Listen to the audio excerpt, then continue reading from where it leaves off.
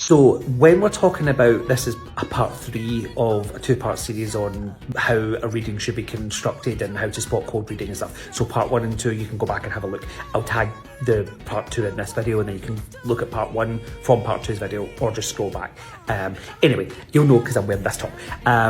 With the thing that happens when people are having a reading and they shouldn't be asked questions, I don't believe any medium or psychic should ever ask a client a question. And what that means is the medium shouldn't say, do you have a dad in the spirit world? It should be the medium is able to say to you, I've got your dad in the spirit world, and your dad is coming forward, and I know this is your dad because he's telling me X, Y, and Z about him. The client then should only respond yes, no, I don't know. That's it. Why is yes, no, I don't know the right way to go, and why should you be clear and making sure that someone's not asking you any questions?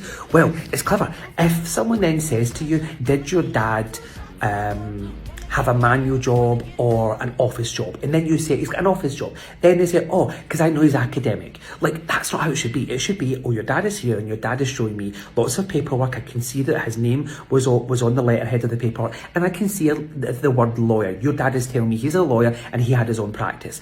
That should be, as a client, your response should be yes, no, I don't know, correct, incorrect, and you wouldn't know the answer to something. How would you not know the answer to something? What does that mean? So if I was to say to you, your grandmother worked in the mill, and if you didn't know she did or she didn't in her life, then your answer to that would then be, George, I don't know. And so then the answer is that you don't know the answer. Now, why would the spirit world tell you something that you don't know the answer to? Because they are clever, that's why. Because then what happens is you go home, you speak to family and say, hey, did Gran work in the mill? And then the person in the family says, how the hell did you know that?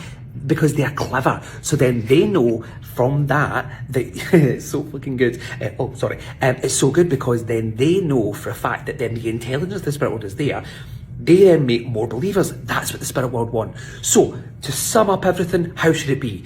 The person who is the medium should be giving you the information about the people that they've got. You should then be answering those pieces of information by an answer of yes, no, I don't know. The medium should not be feeding from you cold reading. So then, like me, I face away. Doesn't mean to say everybody does, but that's how I do it. So that eliminates the way of cold reading. And as the medium provides you facts and evidence, you will then validate that with a yes, no, or don't know, proving that the spirit world are there.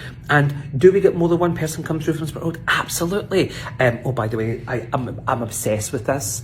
I don't know if you can see it if it's the right way around, but it says my crystal ball can see right through, my crystal ball says you're full of shit. I kind of love that, by the way. I think I need that as a doormat. Anyone know who makes these? Answers in a postcard.